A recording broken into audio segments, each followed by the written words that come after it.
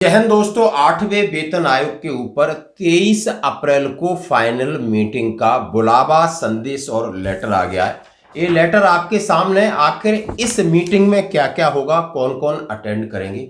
इससे पहले जैसा हम सभी जानते हैं कि 8वें वेतन आयोग की घोषणा के बाद टर्म्स ऑफ रेफरेंस में बात चल रही है और इसके लिए सुझाव मांगे हैं और 15 अप्रैल तक हर किसी को, चाहे आप आर्मी से हैं, एयरफोर्स से हैं, नेवी से हैं, रेलवे कर्मचारी हैं, जो भी इसके अंदर, जो भी इसके दायरे में आते हैं, सबसे सलाह या उनकी रिकमेंडेशन मांगी गई है कि आपको पे और पेंशन अलाउंसेस में क्या और चाहिए। जैसा कि आर्मी का लेटर 26 मार्च 2025 का है, feedback and aspiration of 8th central पे कमीशन, जो कि मैं आपके सामने ऑल कमांड्स को आर्मी हेडक्वार्टर को भेजा। आर्मी हेडक्वार्टर की जो सेल है उसने सभी कमांड से फीडबैक मांग रहे हैं ताकि 15 अप्रैल तक वो कंसोलिडेटेड डिमांड आप भेज सकें।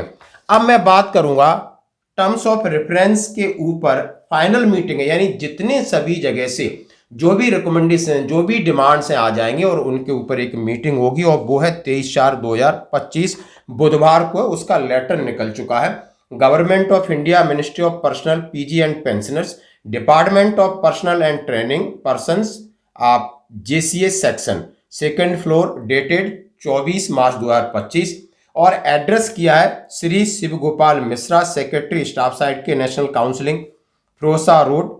All member of standing committee, national counselling, JCM as per list attach. उन्होंने कहा है जितने भी मेंबर्स हैं, सभी मेंबर्स जेसीएम की जो मीटिंग है काउंसिल की, उसके लिए आपको बुलावा है और सब्जेक्ट है 63rd meeting of the standing committee of national counselling JCM to be held on 23 April 2025 Wednesday under the chairmanship of secretary at time 1100 AM. Sir, I am direct to say that the 63rd meeting of standing committee national counseling JCM will be held on समय तारीख 23/4/2025 दिन बुधवार under the chairmanship secretary civil services officer institute CSOI KG Marg new Delhi में होगा। You are requested to kindly make it convenient to attend the meeting. और copy किया गया है AIRF स्टेट एंट्री, आप समझ सकते हो, जनरल सेक्रेटरी और NFIR, यानी जितने आपके केंद्रीय कर्मचारी संगठन हैं उनके पदाधिकारी इस मीटिंग में शामिल होंगे। अब इस मीटिंग में क्या होगा, यानी इस मीटिंग में होगा टर्म्स ऑफ रेफरेंस के ऊपर बात बनेगी, ताकि इसके बाद फाइनल, उसके बाद आपका आयोग बनेगा और आयोग अपनी 1 जनवरी यानी 1 जनवरी 2026 से एक साल का समय वो अपना सर्वे करेगा, रिकमेंडेशन देगा। अब न्यूज कह रहे हैं कि सरकारी कर्मचारियों को 23 अप्रैल को केंद्र सरकार दे सकती है बड़ा तोहफा, हो सकती है ये घोषणा। आखिर कौन कौन सी घोषणा की खबर की बात कर रहे हैं।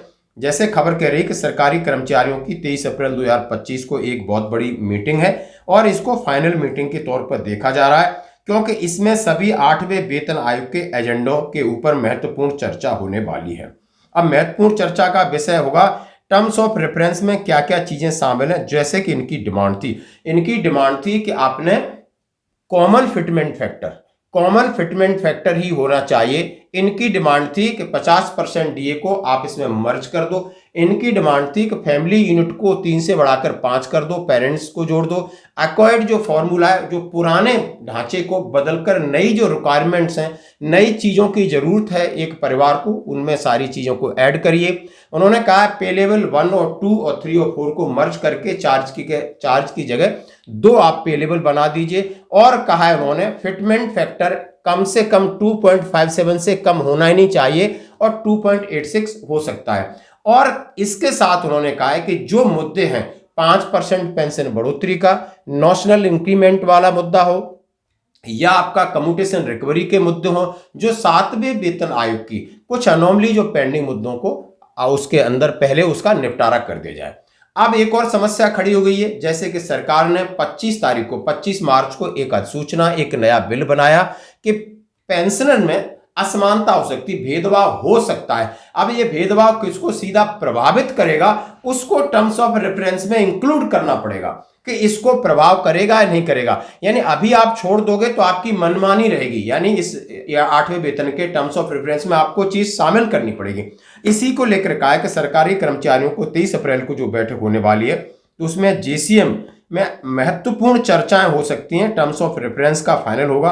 सरकार ने पहले प्री 7वें वेतन और पोस्ट 7वें वेतन आयोग की पेंशनर्स को समान पेंशन देने का अधिकार दिया था और हम चाहते हैं कि ऐसा ही सरकार 1 जनवरी 2026 से दोनों के पेंशन बराबर करे, उसमें असमानता ना हो। और ये बैठक 10 फरवरी को जो बैठक हुई थी उसके बाद ये बैठक हो रही है।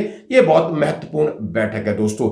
तो ये है अपडेट, और ऐसे ही इसके अंदर क्या क्या चीजें मानी जाएंगी या नहीं मानी जाएंगी, लेकिन टर्म्स ऑफ रेफरेंस पूरा हो जाएगा। जैसे कि 15 अक्टूबर तक जितने भी रिकमेंडेशंस हैं, आपने जैसे हमने बोला आर्मी का लेटर दिखाया, एयरफोर्स का, नेवी का, रेलवे का, सबकी डिमांड आ जाएगी और सब पर चर्चा होगी और लगभग टर्म्स ऑफ रेफरेंस का फाइनल होने के बाद आयोग का गठन का ऐलान हो जाएगा और इसका उन्हें एक क्राइटेरिया, एक बेसिक कॉन्सेप्ट मिल जाएगा। इसके हिसाब से वो अपना सर्वे करेंगे और सरकार के सामने रिकमेंडेशन देंगे। अभी फिटमेंट फैक्टर की जो बातें हो रही, लगभग जो बात हो रही, जो खबरें निकल के आ रही, जैसे कि आप देख सकते हो कि हर कोई कह रहा है कि मिनिमम डबल होगी या 2.57 2.86 की मांग है, लेकिन ये सारे चीजें निर्भर करेंगी कि क्या सर्वे होता है, क्या रिकमेंडेशन होता है और उसके बाद सरकार क्या फाइनली इनको एक्सेप्ट करेगी या नहीं करेगी, सरकार के ऊपर कितना फाइनेंशियल बर्डन होगा। तो ये था आपके सामने लेटर और ये रिपोर्ट। धन्यवाद।